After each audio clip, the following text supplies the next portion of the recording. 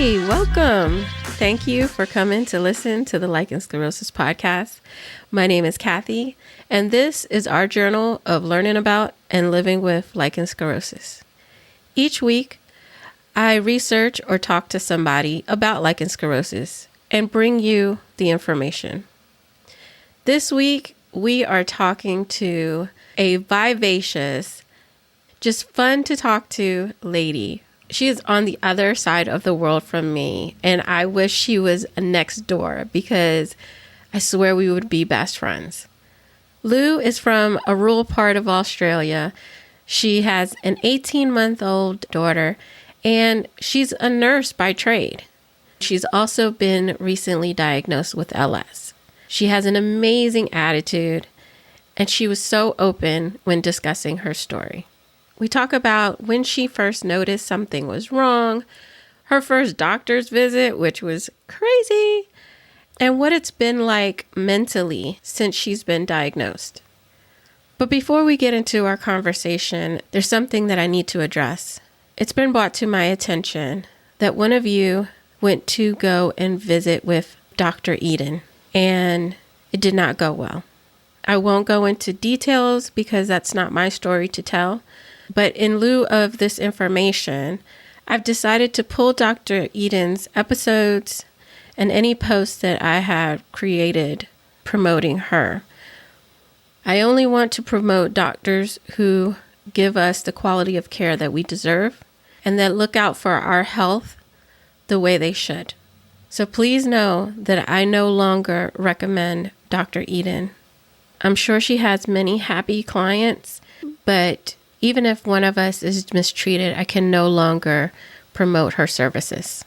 Now, let's get into this fun conversation I had with Lou.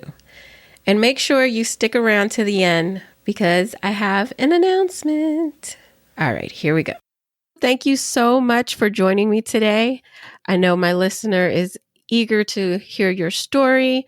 Cool. Well, thanks for the invite, Kathy. So you're newly diagnosed, but being a nurse, I'd imagine you've heard of LS before? Actually, I hadn't at all. Oh, wow. Yeah. I had symptoms for a heck of a long time, and like many other women who have LS, was dismissed as just having thrush or it's another issue, try this, try that. I had other long-standing complications with abscesses that had many operations, and it was after the birth of my daughter that I went to see a gynecologist down in a large metropolitan hospital, and she was the one who did the biopsy and told me that I have lichen sclerosus. Let's dig into that a little deeper. Yeah. When would you say you realized you were having symptoms? When did you think something's not right? Yeah, I reckon I would have been in my teens, maybe late teens. Oh, wow. Yeah. I sort of think back and, always had this general sort of itch that was there. I was an early bloomer for when I first had sex, so there was like tearing and everything from the first time, and I thought that was normal. That was sort of the first time that I was like, oh, okay, maybe it's something else, maybe it's thrush, maybe it's, yeah. So, how soon after that did you go see your first doctor? Oh, look, being a teenager, I was a little bit embarrassed, so it took me a while to get anywhere. So I probably didn't start really until I was in my 20s. And just to backtrack a little bit, I'd been having abscesses vaginally and labially and perianally since I was about 14, 15, I reckon. Yeah, so I'd seen doctors for that, and that would just be from incision and drainage. But I'd seen doctors for the simple drainage stuff, and they'd say, oh, it's just an ingrown hair. I was misdiagnosed with having a Bartholin's abscess and was given surgery for that. And, it was always just dismissed as, oh, no, it's fine. Here you go, put some cream on there and put some thrush ointment. Or, really underplaying it. And I'm like, oh, okay, well, maybe it is just something simple. Maybe I am being dramatic. Story of our lives. Exactly. Oh, my goodness. It's appalling. Yes. So during that time from in your teens to your 20s, you're having sex and you're still tearing, you're still having the Yeah, pain and yeah. everything. Yeah, yep. Which I thought was a normal thing. And sometimes it would be worse than others. But sometimes I'd get lucky and there'd be no tearing. But for the most part, there would at least be some sort of pain or discomfort. And it didn't put you off to be like, I'm not having sex. Yeah, no, because it was like, well, I don't know, you just hear this thing of like, there's always pain with pleasure and all that sort of stuff, and yeah, and I just thought it was this normal thing.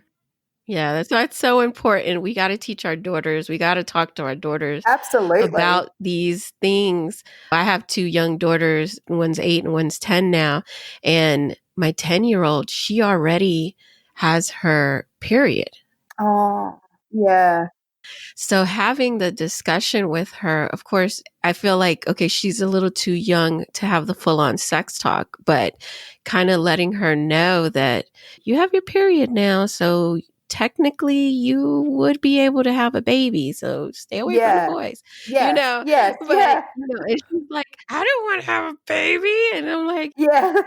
I'm definitely know that in a couple of years, I'm going to have to sit down with her and have the real talk with her and just introducing it with her.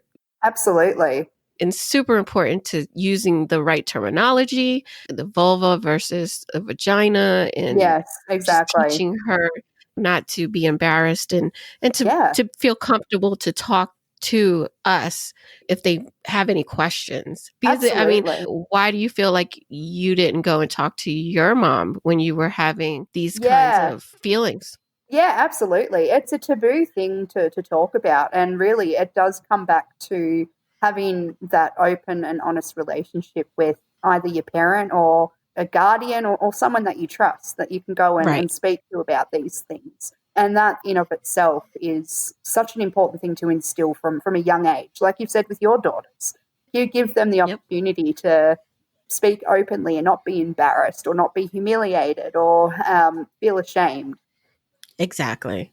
Yeah, definitely. Definitely. So you're having the painful sex into your 20s and you go to the first doctor. What do you tell him? Was it a he or she? I've seen mostly blokes over the time. So, yeah, so Do you remember the experience with the first doctor? yeah, it was not great. Yeah, I got the, well, maybe he's too big for you. You know, you are not the first one to say Yeah, that. I know. Wow. Yeah, yeah, it makes me absolutely cringe now. I'm just like, that is the most unprofessional thing you can say, and misinformed, and like it's humiliating to hear. And Absolutely. yeah, like how does that give me some scientific evidence? Oh, what, you can't? Okay, why are you saying it to me then? So Right. Like I've yeah, said before, a baby comes out of there. And I exactly, know, to put it bluntly, there's no man's dick who's big as a baby. So don't give me exactly, that. You exactly. know? So Do not say that to me. That's yeah, ridiculous. exactly. So, yeah, so I was like, oh, okay. And then after that, I sort of stopped trying to talk about that because I'm like, well, I've tried talking to a healthcare provider about this and I've been Right. dismissed. And I was studying nursing at that stage as well. And I was so frustrated with not being heard and not being validated and not being just acknowledged that my experience was real and that was happening. Yeah, So that, when's the next time you went to the doctor? yeah, yeah. It was probably a few years afterwards, I think it was. Mhm. And again, to backtrack, the one of the further complications is I contracted herpes when I was young as well. So that was another complication that added to this. So I Mhm. went to the doctor and I, have to give your whole health history and everything. And I said, oh, yep, and I had genital herpes. And again, automatically that was sort of, oh, yeah, well, it must be that you've got an outbreak. So here you go, here's your antivirals, get on your way sort of thing. And I'm like, no, well, it's not. I can feel the difference between it. I'm well versed in my symptoms. I understand them. I'm not having that. This is different. And this has been Okay. ongoing. Yeah, the fact that you're a nurse and you know what to look for should have at least given you more validation than just me off the street not knowing anything. The fact that they still gave you the runaround, that's crazy. Yeah, look, I honestly don't think that my credentials should come into it because we as women know our bodies best. Right. And that is such an undervalued thing in health, I find. Us being women, we live with our bodies every day and we understand them best and we know them best and we can often give a really articulate and historical rundown of what seems to be happening. But we get dismissed with that so bloody often, and it's unfortunate. That's why we end up having so many problems, is because we are still sadly dismissed as being hysterical. Mm-hmm. Yes, absolutely agree. So you went through all of your 20s without being diagnosed, Yep. and they're saying it's just part of the herpes. What other diagnosis did you have within that time? Yeah, thrush was another big one. That was a consistent thing of, here, have some thrush cream, try that, see what happens. Increase your probiotics. Yeah, so that seemed to be the two big things that, were just recurrent. And then you get pregnant with your daughter, and you're how old again? I'm 31. How was the LS during your pregnancy? I was actually talking to my specialist about this because I felt it really ramped up through pregnancy. And she was saying that generally, for whatever reason, whilst pregnant, you can actually have an alleviation of the symptoms. But I had quite a horrific pregnancy. I had hyperemesis gravidarum throughout the whole duration. And I had lots and lots of other sort of complications off of it. And she said that because of how under stress my body was through pregnancy, that may very well have exacerbated what was happening. What were your major symptoms during pregnancy? Lots of itching in particular. That has always been a most prominent one for me. And burning as well. And that was something that I hadn't really had a lot of beforehand. And actually that was when I was told I had UTIs, but I didn't have a lot of other sort of clinical symptoms with it. And my urine always showed up pretty clear. So in retrospect, I'm like, oh, maybe that was the LS rearing its ugly head. Yeah, so that seemed to be the two major things that I had then as well. Then you have your daughter, and tell us what happens. Just to backtrack a little bit, so I developed quite a major abscess in my left labia. I was 28 weeks pregnant. I had emergency surgery when I was pregnant with her, and then had to be flown down to the large metropolitan hospital. And I was there for, I think, 10 days and thought that was resolved. And then after I'd given birth, I developed another abscess at 3 weeks, 5 weeks and 8 weeks postpartum. So just because I like to make things complicated for myself. So I had surgery for the first two of them were just a simple incision and drainage. And the third one was when I had the fistulotomy. That's where they found the fistula. And that was from my anus to somewhere in my vaginal wall. And so that was a long recovery period. And I wonder in retrospect if that is because of like how itchy I was and how much I was scratching and how sensitive the skin and everything was around there and any tears that I couldn't see During that time, did you notice any discoloration, any kind of the cigarette paper kind of skin that they say is a common symptom? In all honesty, I had not looked at my vagina or my vulva for a long time. I hadn't. So I can't say that. It wasn't something that I really thought to do. So yeah. And even now. So even now you still don't look? Yeah, and that's more so because I'm afraid. So so when I was diagnosed, I kind of stuck my head in the sand. And I'm like, I can't. too. Yeah, yep. I did for 2 years. I did. My doctor, she had gave me my medication and she said, use it when needed. And I said, okay, cool. You know, my main issue was itching. And I said, okay, I'm just going to use it when I need it. I did. And I went about like if nothing happened. And then 2 years later, my symptoms erupted. And then got scared, like, what the heck is going on? Because I knew nothing.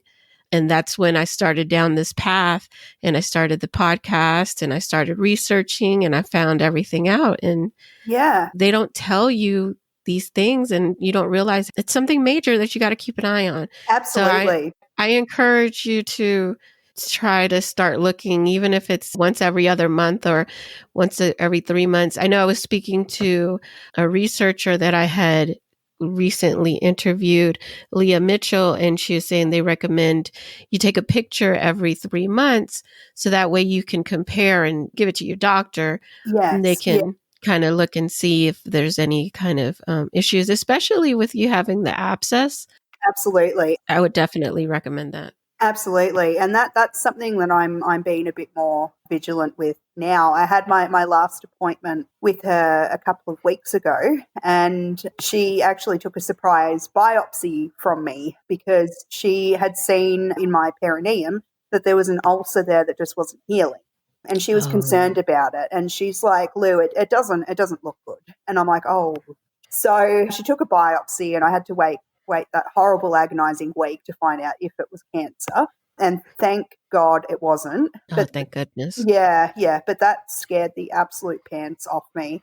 And look, my doctor is, for lack of a better word, because we know there's no LS specialists, but she runs the vulva clinic, and her specialty, or her knowledge is LS. That's awesome. It is. I'm really, really lucky to have finally found her.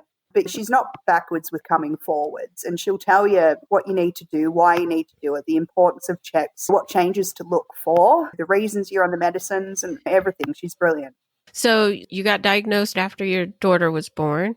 And what was the treatment that they gave you? Madeline, my daughter, she was 11 months old when I was diagnosed, and I was started on diprozone, and I was to be using that twice a day for, I think it was 3 months to start with. And then I was to see her again and review and see if we could start reducing that to every other day. And unfortunately, I'm sure you have a very similar thing with public health, is even though she wanted to see me in 3 months, the appointments weren't available for until I think 5 or 6 months down the track. And again, I was in denial about the whole diagnosis. So I was just sticking my head in the sand and, oh, no, she'll be right. Mm. No, I can't deal with this right now. So I used the dip for a little while and then tape it off. And then when I finally got around to seeing her, yeah, she was like, oh, maybe we'll change to the advanced fatty ointment. Did you tell her that you didn't use the medication properly? Yes, yes, I did. I was quite honest with her. That's So, good. So for my listener, please, please, please use your medication properly. Use the complete schedule that your absolutely. doctor gives you, because that's the only way that you know the medication is going to work. Apply it Exactly. properly, use it on the proper schedule. Yes, Don't quit when exactly. you feel better. It's just like penicillin. You got to Yes. use the whole schedule, even if you feel better. Exactly, exactly. So, yeah, so she was like, Lou, I'm going to have to give you a smack for that one. I'm like, I deserve it. It's That's okay. awesome that you guys have that kind of relationship that she can, Yeah. talk to you like that. Yeah, That's yeah, cool. no, she's pretty cool. That's um, but yeah, look, it is important. I think even more broadly than just seeing, a gynae or a dermatologist. It's really important to look at your mental health aspect as well. That's something that I'm going to speak to my gynae about that when I see her next, because the mental health and emotional aspect of it is so undervalued sometimes. And I've really, really struggled since diagnosis, because I've looked at what could potentially be like with the atrophy and everything. And I'm like, I don't feel feminine. I don't feel womanly. I don't feel desirable. I feel scared and shriveled. So right. that's such a heavy load to carry a lot of the time. Absolutely. So yeah, don't be afraid to reach out for mental health support. Is what I'm saying. Absolutely. Actually, I run the Lichen Sclerosus support network, and we have recently pivoted to where I'm actually offering a program. I call it Get Okay with LS, and it's a mental, emotional health program to go through the different aspects. First, we figure out what it is that you're dealing with, what your emotions are that you want to get over. You set your own personal goals of where do you want to be. And then we work on getting you the information and the skills that you need to get to that point. It's very individualized, and we do it as a small group. So you're doing it with other LS women. It's live lessons and it's live meetups. We meet up twice a week. And it's kind of like a small group therapy for LS for your mental health. That's fantastic. Yeah. So that's something that I'm rolling out to the public starting in August. This is the first time I'm actually talking about it. Oh, wow. I thank you for bringing that up. Right now, I'm going through it with the people who were already part of my initial membership, and it's going amazing. The women are getting so much out of it, and I cannot wait to offer it to the public because I know it's going to make a difference. Absolutely. I know it is. Absolutely. Because mental health is huge for me. It can definitely make as much damage as the physical symptoms. Absolutely. Because it sneaks up on you. It does. You know, it does. You don't know that it's happening, and it can ruin your relationships, not just your partner's relationships, your family relationships, because you can turn into a different person. Absolutely. You're angry, you're frustrated, and you lash out. Yeah, exactly. So my hope is, no, not my hope. I know that this program will help to transform women who are struggling to a place of resilience, acceptance, and have that security and control of their disease. Absolutely. That sounds like such a wonderful, wonderful program. And so many women are going to benefit from that, because talking about the physical symptoms is easy. You know, once you can identify them and roll with them, you know what they are. But like you said, that the mental health side of things and the emotional side of things, it's so insidious. And like I said, it's a grief. It can fluctuate. And some days you're going along okay, and then another day you're falling in a heap for whatever reason. And it's wonderful, absolutely wonderful that you've created this. And at the end of the program, we create a plan for your new normal. Just like you said, it fluctuates. So you create your own individualized plan of, okay, if I get a flare, this is how I'm going to deal with it. Step 1, 2, 3. If I start going back and down that spiral, these are my tactics for catching myself and getting myself back to a good place. So knowing that we all are going to have those down days, we create a plan for you to get back up out of that hole so you're not stuck down there. Absolutely. That just sounds so wonderful. And women are just going to be much more empowered to take control, not only of their LS, but the emotions and the psychological aspect of it as well, and feel much more empowered to talk to their providers and say, look, I'm really struggling because of this, and reach out. Yes. And actually, that's week 3 of the program, is advocating for yourself in healthcare, because a lot of the frustration and the anger and the fear and anxiety comes from dealing with your healthcare professionals and not being secure in their level of care for you, and feeling like they may miss something, or they're not treating me to the standard that I feel I need to be treated.